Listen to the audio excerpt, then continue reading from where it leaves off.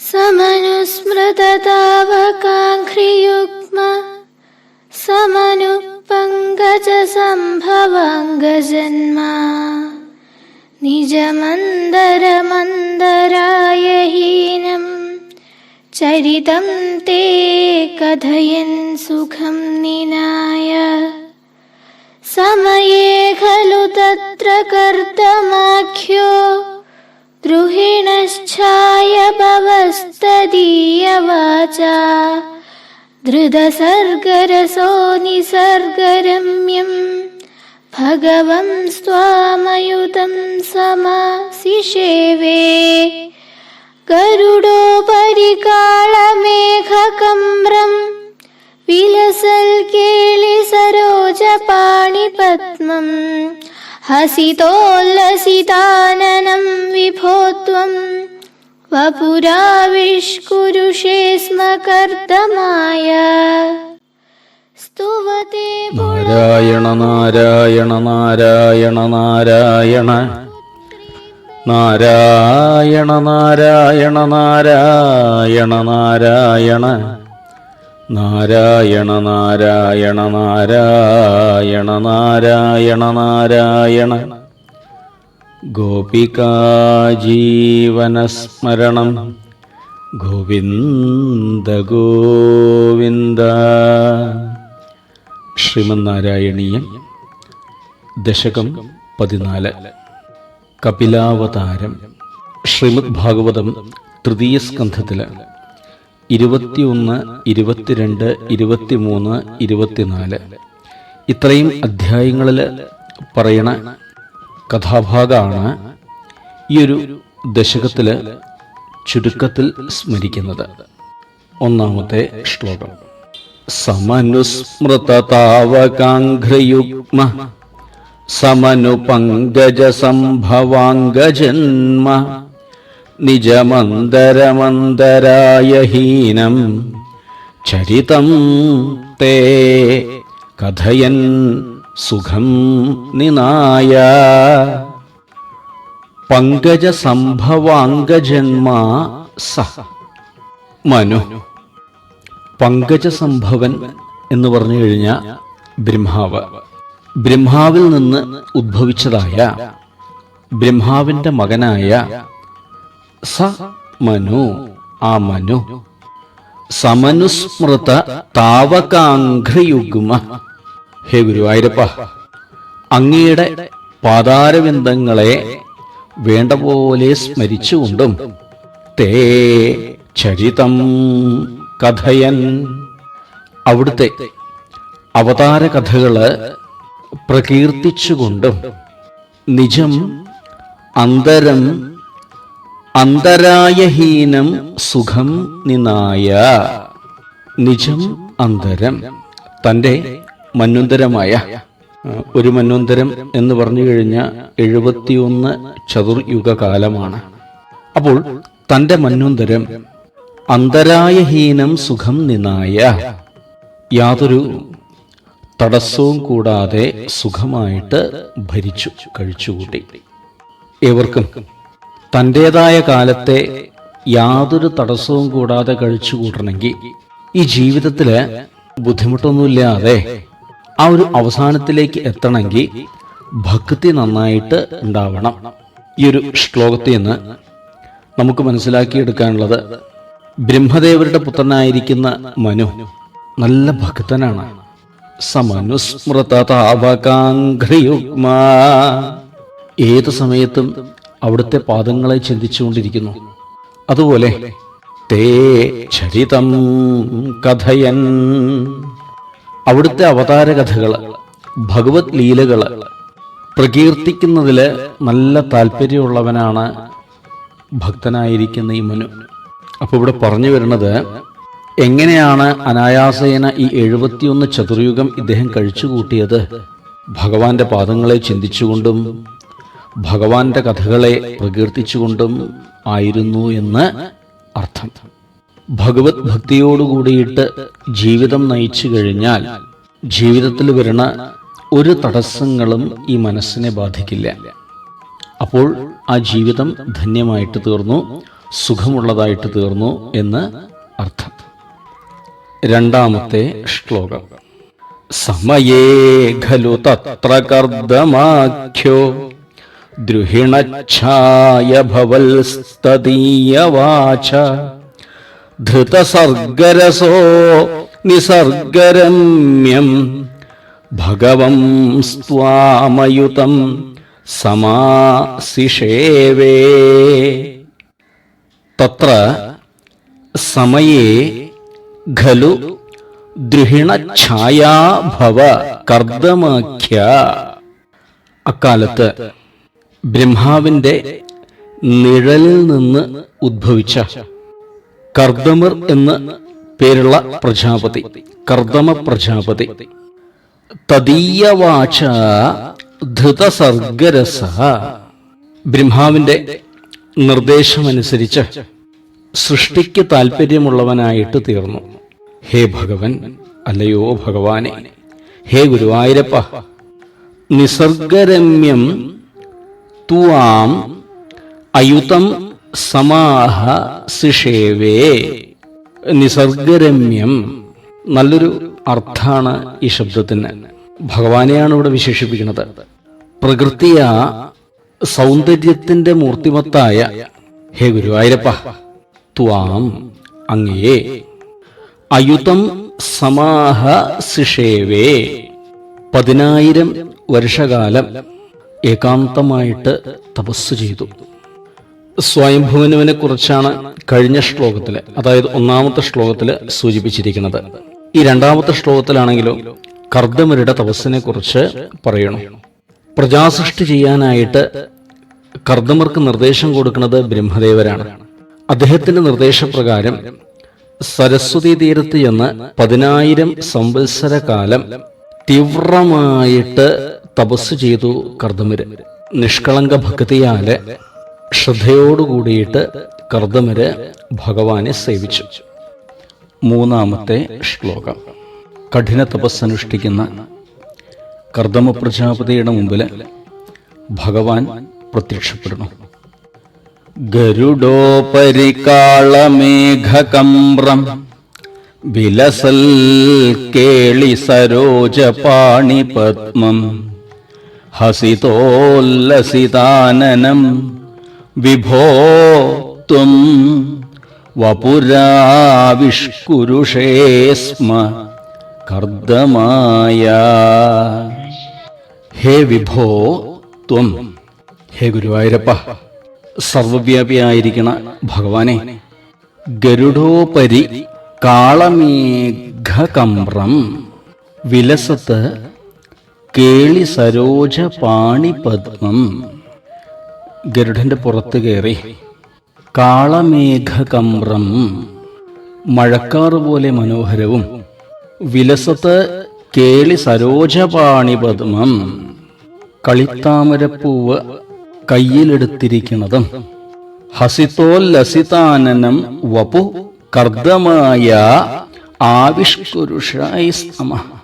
ഹസിതോല്ലസിതാനനം മനത്തെ മയക്കണ, പുഞ്ചിരിപ്രഭ പരന്ന് ശോഭിക്കണ മുഖത്തോടു കൂടിയതും ആയ വപു സ്വരൂപം, ശരീരം, കർദമായ കർദമർക്കായിക്കൊണ്ട് ആവിഷ്കുരുഷേസ്മ പ്രത്യക്ഷമാക്കി.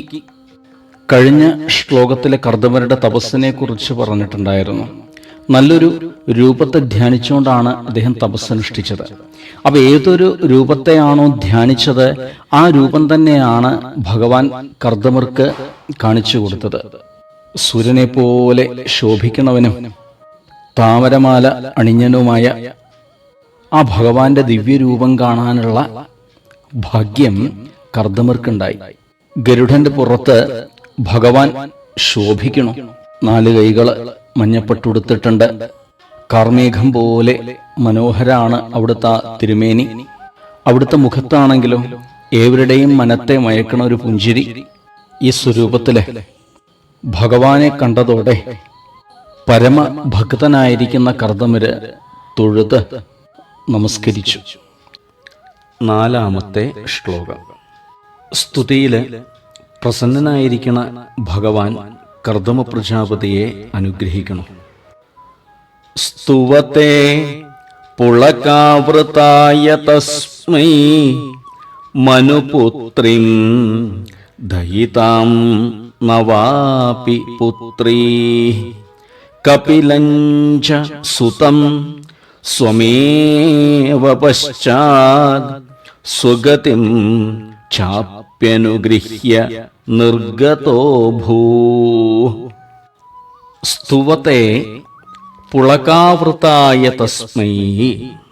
സ്തുവത്തെ സ്തുതിക്കുന്നവനും, പുളകാവൃതായ തസ്മൈ ആനന്ദപുളകം കൊള്ളുന്നവനുമായ കർദമ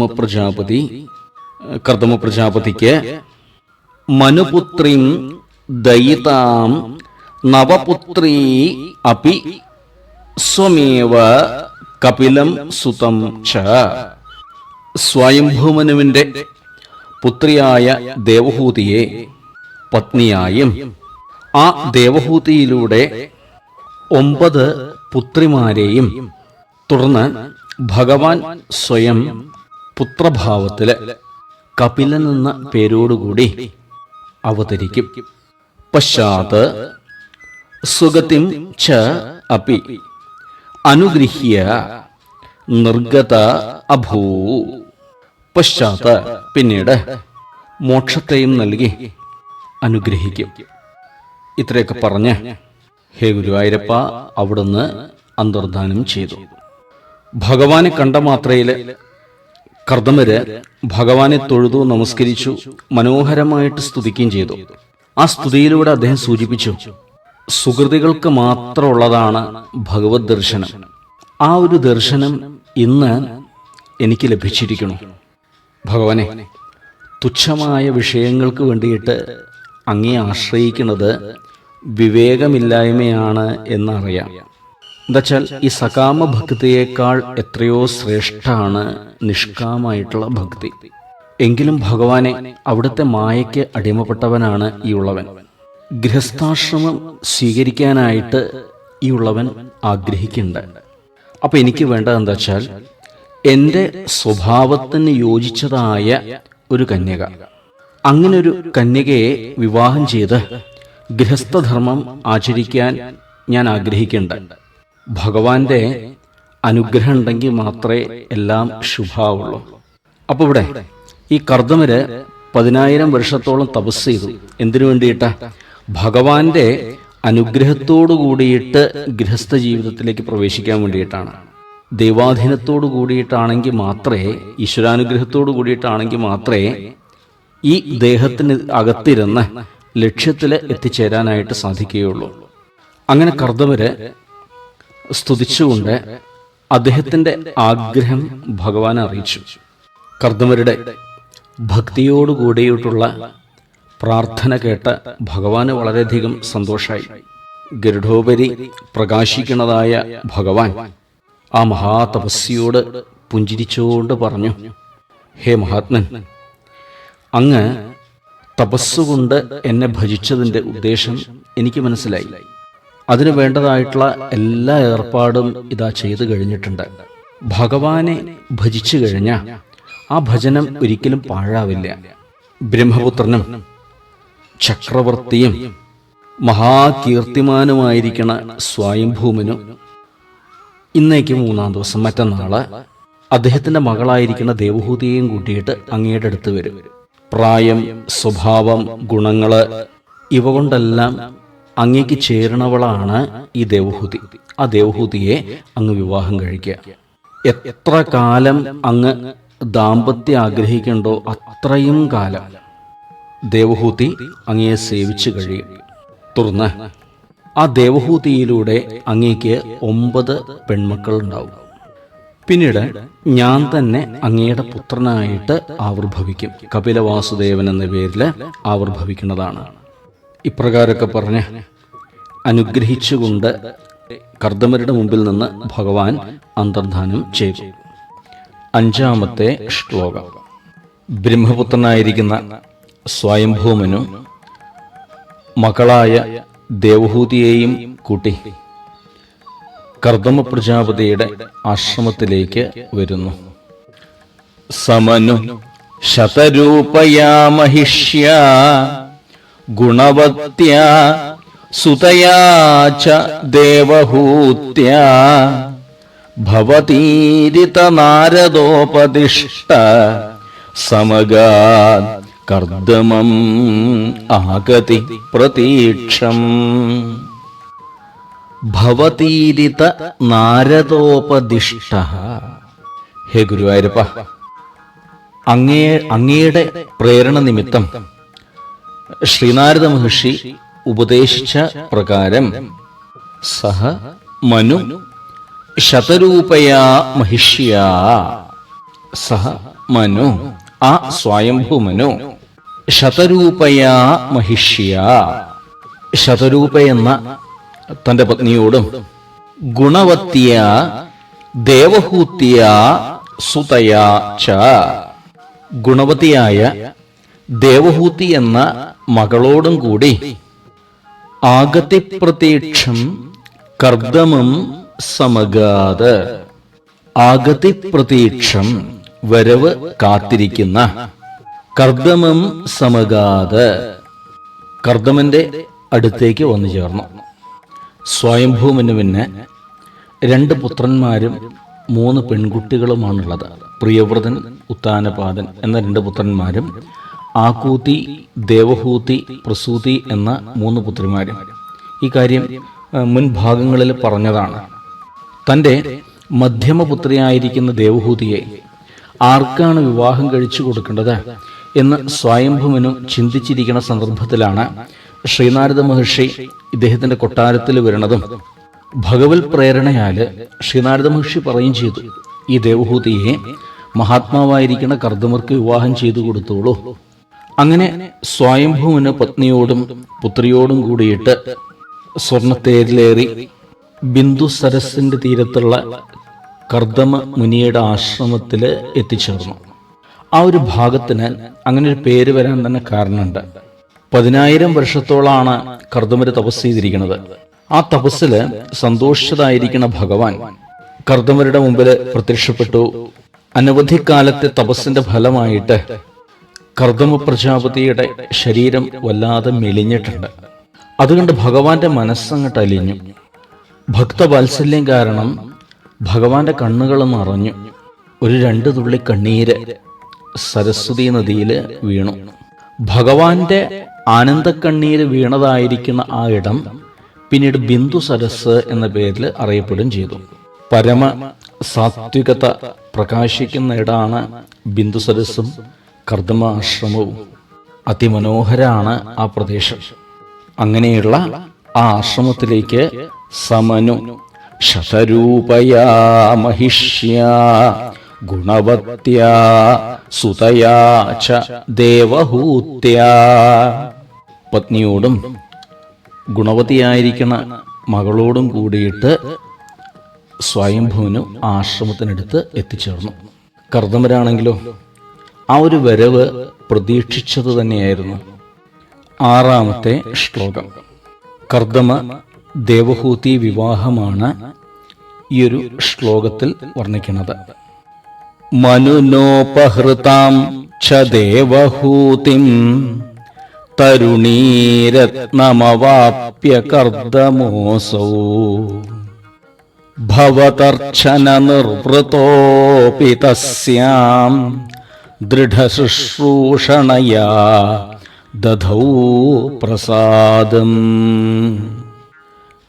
അസൗ കർദമ, ഈ കർദമനാകട്ടെ മനുനാ ഉപഹൃതാം, മനു ആദരവോടെ കൊണ്ടുവന്നു കൊടുത്ത തരുണീരത്നം ദേവഹൂതിം അവാപ്യ, സ്ത്രീരത്നമായ ദേവഹൂതിയെ സ്വീകരിച്ചിട്ട് ഭവത് അർച്ചന നിർവൃത അപി.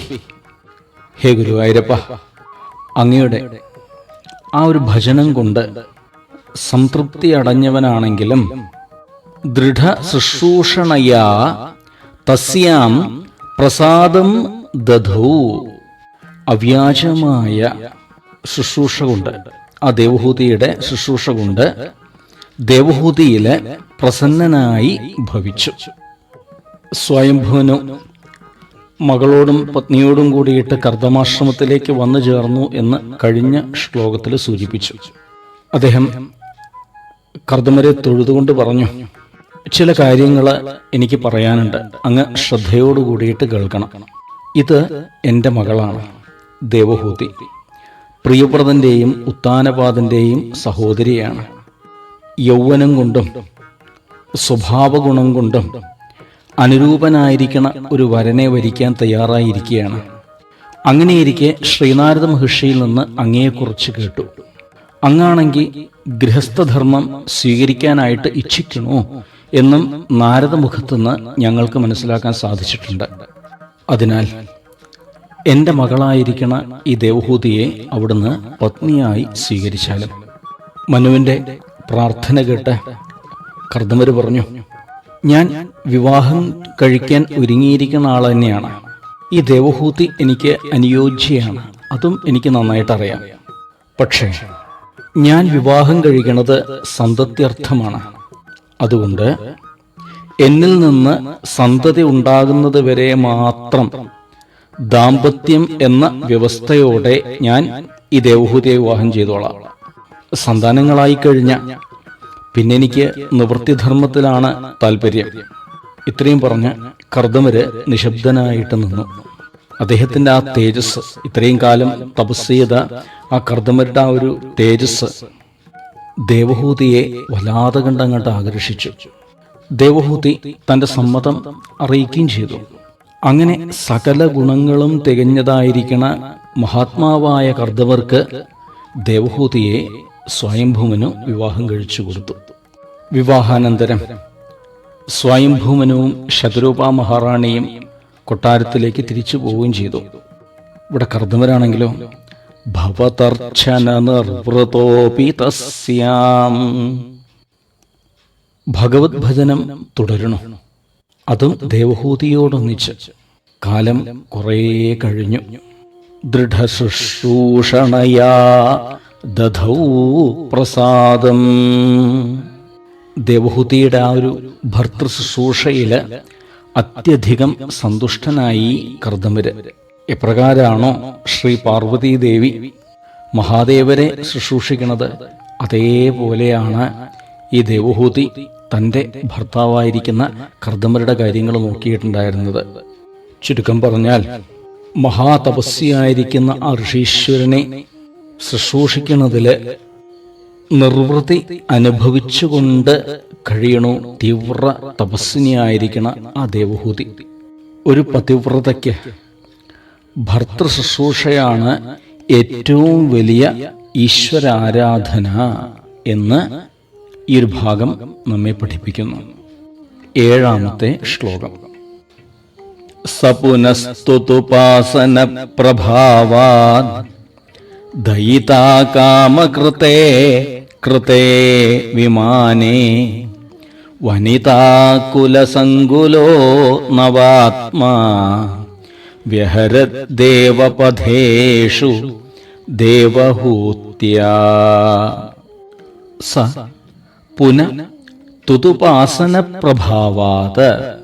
ഹേ ഗുരുവായൂരപ്പ, അങ്ങയെ ഭജിച്ച് ആരാധിച്ച് കിട്ടിയ മാഹാത്മ്യത്താൽ പിന്നീട് ആ കർദമര് ദയിതാ കാമകൃതേ കൃതേ വിമാനേ, പ്രിയ പത്നിയായിരിക്കണ ദേവഹൂതിയുടെ ഇഷ്ടത്തിനായി നിർമ്മിച്ച വിമാനത്തില് വനിതാകുലസംകുല നവാത്മാ അനവധി ദിവ്യ നാരിമാരോട് കൂടിയിട്ട് നവാത്മാ 9 ആകൃതി കൈക്കൊണ്ട് ദേവഹൂത്യ ദേവപഥേഷു വ്യഹരത്, ദേവഹൂതിയോടുകൂടിയിട്ട് ദിവ്യദേശങ്ങളില് ക്രീഡിച്ചു.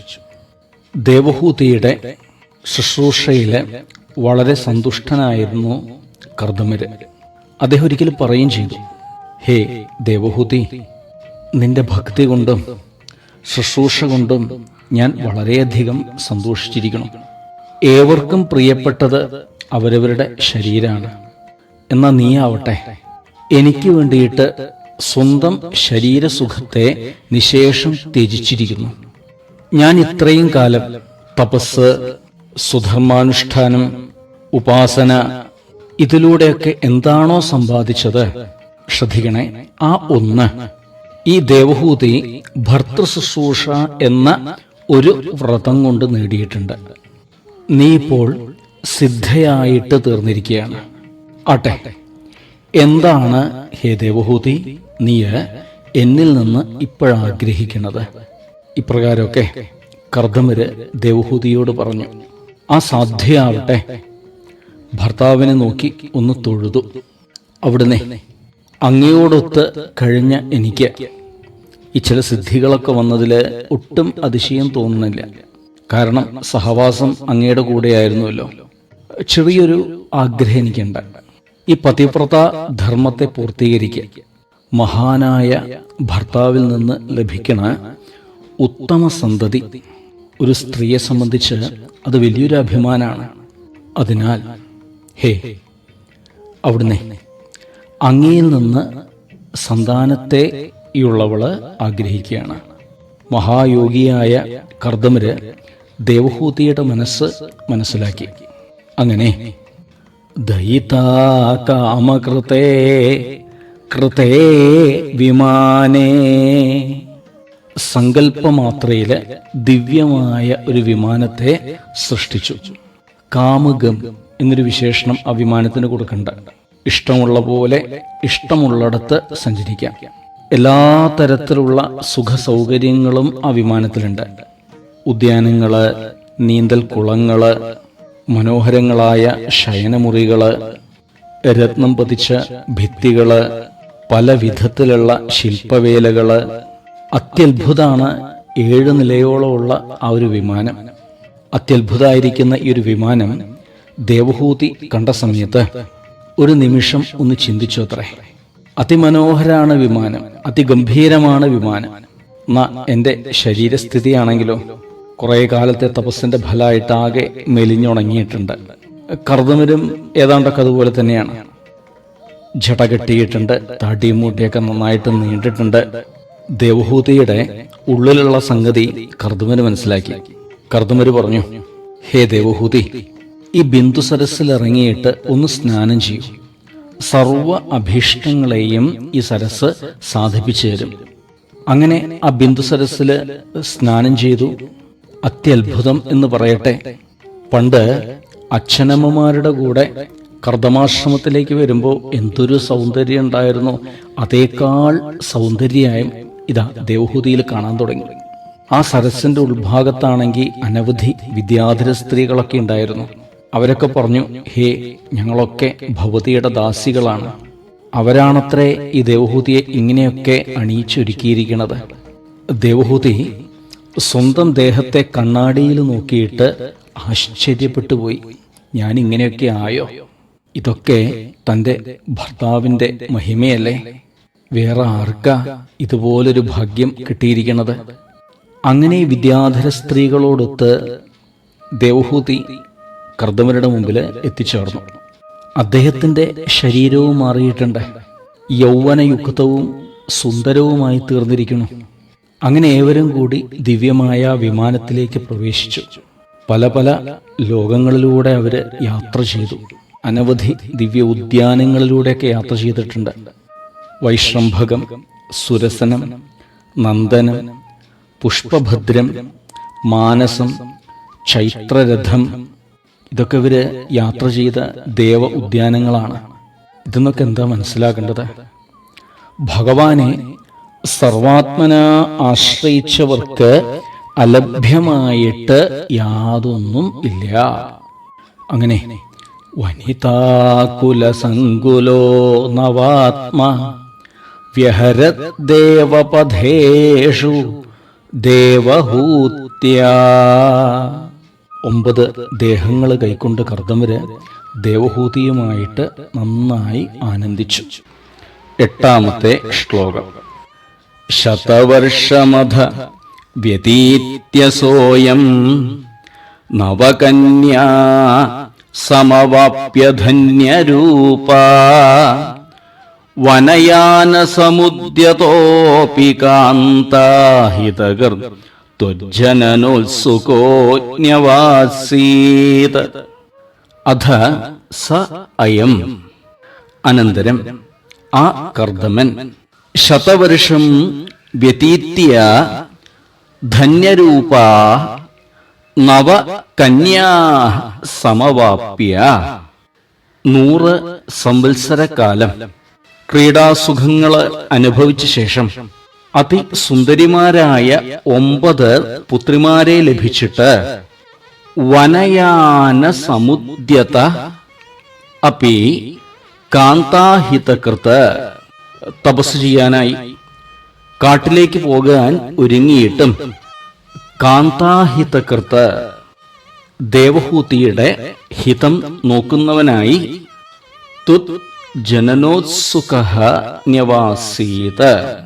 ഹേ ഗുരുവായൂരപ്പ, അങ്ങയുടെ അവതാരം പ്രതീക്ഷിച്ചുകൊണ്ട് ആശ്രമത്തിൽ തന്നെ താമസിച്ചു. മഹായോഗിയായിരിക്കണ കർദമര് പത്നിയോടുകൂടിയിട്ട് അനവധി ലോകങ്ങളിലൂടെ വിമാനത്തിൽ സഞ്ചരിച്ചു. 100 സംവത്സരക്കാലാണ് അവര് ദാമ്പത്യ സുഖം അനുഭവിച്ച് സഞ്ചരിച്ചിരിക്കുന്നത്. ആ ഒരു സമയം, ഈ ഒരു 100 സംവത്സരാവട്ടെ വളരെ പെട്ടെന്ന് അങ്ങോട്ട് കടന്നുപോയി. ശതവർഷമധ വ്യതീത്യ സോയം നവകന്യാഃ സമവാപ്യ ധന്യരൂപാഃ. അവരാശ്രമത്തിലേക്ക് മടങ്ങി വന്നു. കർദമര് ദേവഹൂതിയില് ഗർഭാധാനം ചെയ്തു. ക്രമേണ ദേവഹൂതി 9 പെൺകുട്ടികൾക്ക് ജന്മം നൽകി. കുട്ടികളായതോടുകൂടിയിട്ട് കർദമര് സന്യാസത്തിനായിട്ട് പുറപ്പെട്ടു. എന്താ വെച്ചാൽ അന്ന് വിവാഹ സമയത്ത് ഒരു കരാറുണ്ടായിരുന്നു. സന്തത്യർത്ഥാണ് വിവാഹം കഴിക്കുന്നത് എന്ന് കർദമര് പറഞ്ഞിട്ടുണ്ട്. സന്താനങ്ങളായിക്കഴിഞ്ഞാൽ പത്നിയെയും സന്താനങ്ങളെയും ഉപേക്ഷിച്ച് താൻ നിവൃത്തിമാർഗത്തിലേക്ക് തപസ്സിലേക്ക് പോകുമെന്ന് പറഞ്ഞിട്ടുണ്ടായിരുന്നു. ദേവഹൂതിയുടെ കണ്ണുകൾ നിറഞ്ഞു. ആ പതിവ്രതാരത്നാവട്ടെ ഋഷീശ്വരനായ തന്റെ ഭർത്താവിനെ ഒന്ന് തൊഴുത് നമസ്കരിച്ചിട്ട് പറഞ്ഞു, അവിടുന്ന് അങ്ങ് പറഞ്ഞ പോലെയൊക്കെ എനിക്കിതാ സാധിപ്പിച്ചു തന്നിരിക്കണം. അങ്ങനെയൊക്കെ ആണെങ്കിലും എൻ്റെ ഭയത്തെ ഒന്ന് തീർത്ത് അവിടുന്ന് അനുഗ്രഹിച്ചു തരണം. ഈ 9 പെൺകുട്ടികളെ വെച്ച് ഞാൻ എന്താ ചെയ്യുക? ഇവരെ നല്ല കരങ്ങൾ നോക്കിയിട്ട് ഏൽപ്പിക്കണ്ടേ? അങ്ങേക്കല്ലാതെ ഇത് വേറെ ആർക്കാ സാധിക്കുക? പിന്നെ ഞാനിവിടെ ഒറ്റയ്ക്കാവില്ലേ? എന്നെ സമാധാനിപ്പിക്കാനായിട്ട് ഒരു മകനെ തന്നിട്ട് അങ്ങ് പോയിക്കോളൂ. ഞാൻ ഒരിക്കലും അങ്ങയെ തടയില്ല. ഭഗവാന്റെ വാക്കുകൾ ഓരോന്നും കർദമർക്ക് ഓർമ്മ വന്നു. അന്ന് തപസ് ചെയ്ത് ഭഗവാൻ മുമ്പിൽ പ്രത്യക്ഷപ്പെട്ട സമയത്ത് പറഞ്ഞിട്ടുണ്ടായിരുന്നു 9 പെൺകുട്ടികൾ ഉണ്ടാവും എന്നും പിന്നീട് ഞാൻ തന്നെ അവിടുത്തെ പുത്രനായിട്ട് അവതരിക്കുന്നൊക്കെ പറഞ്ഞിട്ടുണ്ടായിരുന്നു. ആ കാര്യങ്ങളൊക്കെ ഓർമ്മ വന്നു. ശ്രീമദ് നാരായണീയത്തിലെ ഒരു വാക്കുകൊണ്ട് ഈ പറഞ്ഞ കാര്യങ്ങളൊക്കെ ഉൾക്കൊള്ളിച്ചിരിക്കുകയാണ്. വനയാന സമുദ്യതോപി കാന്താഹിതകൃത് ത്വജ്ജനനോത്സുകോ ന്യവാസീത്. കാന്താഹിതകൃത് ഈ ഒരു പദത്തില് ദേവഹൂതിയുടെ പ്രാർത്ഥന, പുത്രിമാരുടെ വിവാഹം, ഒരു പുത്രന്റെ ജനനം, ഭാവിയിൽ ആ പുത്രനാവട്ടെ ദേവഹൂതിക്ക് കൊടുക്കണ ഉപദേശങ്ങള്, ഇതെല്ലാം ഈ ഒരു പദത്തിൽ സൂചിപ്പിച്ചിരിക്കുകയാണ്. അങ്ങനെ ജനനോത്സുകോജ്ഞവാസീത്, അങ്ങനെ ഭഗവാന്റെ അവതാരത്തെ പ്രതീക്ഷിച്ചുകൊണ്ട് കർദമരും ദേവഹൂതിയും തങ്ങളുടെ ഭജനം തുടരുന്നു. 9ാമത്തെ ശ്ലോകം കപിലാവതാരത്തെ സൂചിപ്പിക്കുന്നു. നിജഭർതൃഗിരാ ഭവൻ നിഷേവാനിരതായാം അധ ദേവഹൂത്യാം കപിലസ്ത്വമജായഥാ ജനാനാം പ്രഥയിഷ്യൻ പരമാത്മതത്വവിദ്യാം. ഹേ ദേവ, അധ നിജഭർതൃഗിരാ. ഭഗവാനെ, പിന്നീട് ഭർത്താവിന്റെ ഉപദേശമനുസരിച്ച് ഭവൻ നിഷേവാ നിരതായാം ദേവഹൂത്യാം, ഭഗവത് ഭജനത്തിൽ മുഴുകിക്കഴിയുന്ന ദേവഹൂതിയില് ജനാനാം, ജനങ്ങളുടെ ഇടയിൽ അഥവാ ഈ ലോകത്തില് പരമാത്മതത്വവിദ്യയാം പ്രഥയിഷ്യൻ, ഉത്തമമായ ആത്മവിദ്യ പ്രകാശിപ്പിക്കുന്നതിനായി ത്വം കപില അജായഥ. ഹേ ഗുരുവായൂരപ്പ, അവിടുന്ന് കപിലമുനിയായി അവതരിച്ചു. ശ്രീമദ് ഭാഗവതത്തിൽ തൃതീയ സ്കന്ധം 23-ാമത്തെ അധ്യായത്തിന്റെ അവസാന ഭാഗത്തില് ദേവഹൂതി പശ്ചാത്താപത്തോടുകൂടിയിട്ട് പറയുന്ന ചില കാര്യങ്ങളുണ്ട്. ഇത്രയും കാലം താൻ ആത്മതത്വത്തെ മറന്ന് ശരീര സുഖങ്ങളില് മുഴുകി മഹാത്മാവായിരിക്കുന്ന കർദമരുടെ മഹത്വത്തെ പൂർണ്ണമായിട്ടും ഉൾക്കൊള്ളാതെ കഴിഞ്ഞുപോയി. ദേവഹൂതി പറഞ്ഞു, ഹേ അവിടുന്ന്, തുച്ഛമായ ശരീരസുഖത്തിന് വേണ്ടിയിട്ടാണ് ഞാൻ അങ്ങയോട് ബന്ധപ്പെട്ടത്. എങ്കിലും ഞാൻ ബന്ധം വെച്ചത് ആരോടാ? പരമജ്ഞാനിയായിരിക്കുന്ന കർദമരോട്. അതുകൊണ്ട് അത് സത്സംഗമായിട്ട് തീർന്നു. അപ്പൊ ഇവിടെ പറഞ്ഞു വരുന്നത്, ദുർജന സംസർഗം സംസാരത്തിന് കാരണമായിട്ട് തീരും. ആ സംസാരത്തിൽ നിന്ന് മോചനം നേടണമെങ്കിൽ സജ്ജന സംഘം ഉണ്ടായിരിക്കണം. ഈ ഉള്ളവള് ഭഗവാന്റെ മായയില് വഞ്ചിക്കപ്പെട്ടു പോയല്ലോ. അതുകൊണ്ടാണ് മോക്ഷമാർഗം ഉപദേശിക്കാൻ കഴിവുള്ള അങ്ങയെ ലഭിച്ചിട്ടും എനിക്കത് ചോദിക്കാൻ തോന്നിയില്ല. എൻ്റെ ഉള്ളിൽ നിന്ന് അജ്ഞാനത്തെ പൂർണ്ണമായിട്ടും ഇല്ലാതാക്കി തീർത്തു തരണം. ഇപ്രകാരമുള്ള ദേവഹൂതിയുടെ വാക്കുകൾ കേട്ടതായിരിക്കണ കർദമര് പറഞ്ഞു, ഹേ മനുപുത്രി, ഇങ്ങനെ സ്വയം നിന്ദിച്ച് സംസാരിക്കരുത്. സാക്ഷാൽ ഭഗവാൻ അവിടുത്തെ പുത്രനായിട്ട് അവതരിക്കും. യമനിയമാദികളൊക്കെ അനുഷ്ഠിച്ച് ശ്രദ്ധയോടുകൂടിയിട്ട് ഈശ്വരഭജനം നടത്തൂ. സംശയം വേണ്ട. ഭഗവാൻ ദേവഹൂതി പുത്രനായിട്ട് അവതരിച്ച് ജ്ഞാനോപദേശം കൊണ്ട് ഈ ദേവഹൂതിയുടെ അജ്ഞാനത്തെ നശിപ്പിച്ച് അനുഗ്രഹിക്കും. ഭഗവാന്റെ അവതാരത്തിന് ശേഷം മാത്രമേ ഞാൻ വനത്തിലേക്ക് പോവുള്ളൂ. ഇതാ വാക്ക് തരണം. നിജഭർതൃഗിരാ ഭവൻ നിഷേവാ നിരതായാമധ ദേവ ദേവഹൂത്യാം. ദേവഹൂതി ഭർത്താവിന്റെ ഉപദേശത്തെ ആദരവോടെ സ്വീകരിച്ചു. ഭഗവാനെ ശ്രദ്ധയോടുകൂടിയിട്ട് ഭജിച്ചു. അല്പകാലം കഴിഞ്ഞ സമയത്ത് ആ പതിവ്രതാരത്നം ഗർഭം ധരിച്ചു. കപിലസ്ത്വമജായഥാ ജനാനാം പ്രഥയിഷ്യൻ പരമാത്മതത്വവിദ്യാം. നല്ലൊരു മുഹൂർത്തത്തില് ഭഗവാൻ ശ്രീമന് നാരായണമൂർത്തി ദേവഹൂതി പുത്രനായിട്ട് കപിലവാസുദേവൻ എന്ന പേരിൽ ആവിർഭവിച്ചു. ആ അവതാര സമയത്ത് ആകാശത്തിൽ ദേവവാദ്യങ്ങൾ മുഴങ്ങി, ഗന്ധർവന്മാര് പാട്ടുപാടി, അപ്സര സ്ത്രീകൾ നൃത്തം വെച്ചു, ദേവന്മാരെ പുഷ്പവൃഷ്ടി ചെയ്തു. ദിക്കുകളും ജലാശയങ്ങളും സജ്ജനങ്ങളുടെ മനസ്സും നിർമ്മലങ്ങളായിട്ട് തീർന്നു. കർദമാശ്രമത്തിലേക്ക് മഹർഷിമാരോടൊന്നിച്ച് ബ്രഹ്മദേവര് സ്വയമേവ വന്നു ചേർന്നു. കർദമ പ്രജാപതിയെ അഭിനന്ദിച്ചു. ബ്രഹ്മദേവര് പറഞ്ഞു, മകനെ, നീ ശരിയായ വിധത്തില് ധർമ്മത്തെ അനുഷ്ഠിച്ചിരിക്കുന്നു. അച്ഛനായ ഞാൻ പറഞ്ഞതുപോലെ വിവാഹം കഴിച്ചു. പ്രജാസൃഷ്ടിയില് എന്നെ സഹായിക്കുകയും ചെയ്തു. ഒരു മകന് അച്ഛനോട് ചെയ്യാൻ പറ്റുന്ന ഏറ്റവും വലിയ ഉപചാരം അച്ഛൻ പറയണത് അംഗീകരിക്കുക എന്നുള്ളതാണ്. ഹേ കർദമരെ, സുന്ദരിമാരായിരിക്കണ അങ്ങയുടെ 9 പുത്രിമാര് ലോകസൃഷ്ടിയെ അഭിവൃദ്ധിപ്പെടുത്തിക്കൊള്ളും. ഈ കന്യകമാരെ മഹർഷിമാർക്കായിട്ട് വിവാഹം കഴിച്ചു കൊടുക്കൂ.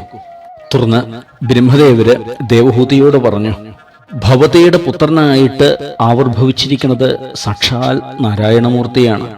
ഭഗവാൻ കപിലവാസുദേവൻ ജ്ഞാനത്തെയും വിജ്ഞാനത്തെയും ഉപദേശിച്ച് ഭവതിയുടെ കർമ്മവാസനകളെ നശിപ്പിക്കും. ഭവതിയുടെ ഈ പുത്രൻ സിദ്ധന്മാരുടെ അധിപനും സാഖ്യാചാര്യന്മാരാൽ ബഹുമാനിതനും കപിലൻ എന്ന പേരിൽ പ്രസിദ്ധനുമായിട്ട് തീരും. ഇപ്രകാരെല്ലാം പറഞ്ഞ് ബ്രഹ്മദേവര് അവിടുന്ന് അന്തർധാനം ചെയ്തു. അവസാനത്തെ ശ്ലോകം, 10ാമത്തെ ശ്ലോകം. കർദമ പ്രജാപതിയുടെ വനയാത്രയാണ് ഈ ശ്ലോകത്തിൽ സൂചിപ്പിക്കുന്നത്. വനമേയുഷി കർദമേ പ്രസന്നേ മത സർവസ്വമുപാദിശൻ ജനന്യേ കപിലാത്മക വായുമന്ദിരേശ ത്വരിതം ത്വം പരിപാഹി മാം ഗതൗഘാത്. ഹേ കപിലാത്മക വായുമന്ദിരേശ, കപിലമൂർത്തിയായി അവതരിച്ച ഹേ ഗുരുവായൂരപ്പ, പ്രസന്നേ കർദമേ വനം ഏയുഷി. കൃതകൃത്യനായ കർദമൻ വനത്തിലേക്ക് തപസ്സിനായി പോയപ്പോൾ ജനന്യൈ മതസർവസ്വം ഉപാദിശൻ ത്വം, അമ്മയ്ക്ക് മത സിദ്ധാന്തങ്ങളുടെയെല്ലാം സാരാംശം ഉപദേശിക്കുന്ന അവിടുന്ന് ഹേ ഗുരുവായൂരപ്പ, മാം ത്വരിതം ഗതൗഘാത് പരിപാഹി, എന്നെ വേഗത്തിൽ സർവരോഗങ്ങളും മാറ്റിത്തന്ന് രക്ഷിക്കണേ. തുടർന്ന് കർദമ പ്രജാപതി തൻ്റെ പെൺകുട്ടികളെ മഹർഷിമാർക്കായിട്ട് വിവാഹം കഴിച്ച് കൊടുത്തു. കലയെ മരീചി മഹർഷിക്കും, അനസൂയയെ അത്രി മഹർഷിക്കും, ശ്രദ്ധയെ അങ്കിരസ് മഹർഷിക്കും, ഹവിർഭുവിനെ പുലസ്ത്യ മഹർഷിക്കും, ഗതിയെ പുലഹ മഹർഷിക്കും, ക്രിയയെ ക്രതു മഹർഷിക്കും, ഖ്യാതിയെ ഭൃഗുവിനും, അരുന്ധതിയെ വസിഷ്ഠ മഹർഷിക്കും, ശാന്തിയെ അഥർവാവിനും വിവാഹം കഴിച്ചു കൊടുത്തു. ആ 9 ഋഷിമാരും പത്നിമാരോടൊരുമിച്ച് സന്തോഷത്തോടു കൂടിയിട്ട് സ്വസ്ഥാനങ്ങളിലേക്ക് പോയി. കപിലവാസുദേവന് കഷ്ടിച്ചൊരു 5 വയസ്സ് താഴെ പ്രായം. അങ്ങനെയിരിക്കെ ഒരു ദിവസം ഏകാന്തമായിട്ട് ഭഗവാൻ ശ്രീ കപിലവാസുദേവര് ഒരു ഭാഗത്തിരിക്കുന്നു. അവിടേക്ക് കർദമര് വരണു. മകനായിരിക്കുന്ന കപിലനോട് കർദമര് പറഞ്ഞു, ഈ സംസാരത്തിൽ ചുറ്റിത്തിരിയുന്നവർക്ക് വളരെ കാലത്തെ യാത്രയ്ക്ക് ശേഷം ചിലപ്പോൾ ഈശ്വരാനുഗ്രഹം ഉണ്ടാവുന്നൊക്കെ ഞാൻ കേട്ടിട്ടുണ്ട്. അതിപ്പോൾ എനിക്ക് അനുഭവമായിട്ട് വന്നു. അതുകൊണ്ടാണല്ലോ സാക്ഷാൽ പരമാത്മാവ് എൻ്റെ മകനായിട്ടിപ്പോൾ അവതരിച്ചിരിക്കുന്നത്. അവിടുന്ന് എൻ്റെ പുത്രനായിട്ട് അവതരിച്ചതോടു കൂടിയിട്ട് എൻ്റെ 3 കടങ്ങളും തീർന്നിരിക്കുന്നു.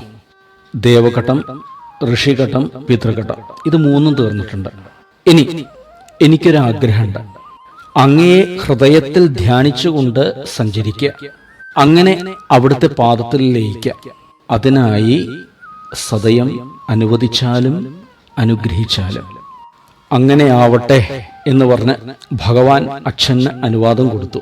നിസ്സംഗനായി കർദമര് അനവധി കാലം ഇങ്ങനെ യാത്ര ചെയ്ത് ഒടുക്കം ദേഹത്തെ ഉപേക്ഷിച്ച് ഭഗവത് പാദത്തിൽ ലയിച്ചു. പിന്നീടൊരു അവസരത്തിൽ ഭഗവാൻ ശ്രീ കപിലവാസുദേവരെ മത സർവസ്വമുപാദിശൻ ജനന്യൈ, അമ്മയുടെ ഉള്ളിലുള്ളതായ സംശയങ്ങളൊക്കെ തീർത്തു കൊടുക്കുന്നുണ്ട്. അടുത്ത ദശകത്തിൽ അത് വിശദമായിട്ട് പറയണം. പരമഭക്തനായിരിക്കുന്ന കവി വാത്സല്യനിധിയായിരിക്കുന്ന ശ്രീ ഗുരുവായൂരപ്പനോട് പ്രാർത്ഥിക്കണം. കപിലാത്മക വായുമന്ദിരേശാത്വരിതം ത്വം പരിപാഹി മാം ഗതൗഘാത്. കപിലവാസുദേവനായി അവതരിച്ച ഹേ ഗുരുവായൂരപ്പ, അവിടുന്ന് സർവരോഗങ്ങളും എന്നിൽ നിന്ന് മാറ്റിത്തന്ന് അനുഗ്രഹിക്കണേ.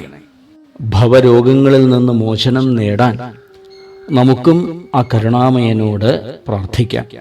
നാരായണ നാരായണ നാരായണ നാരായണ നാരായണ.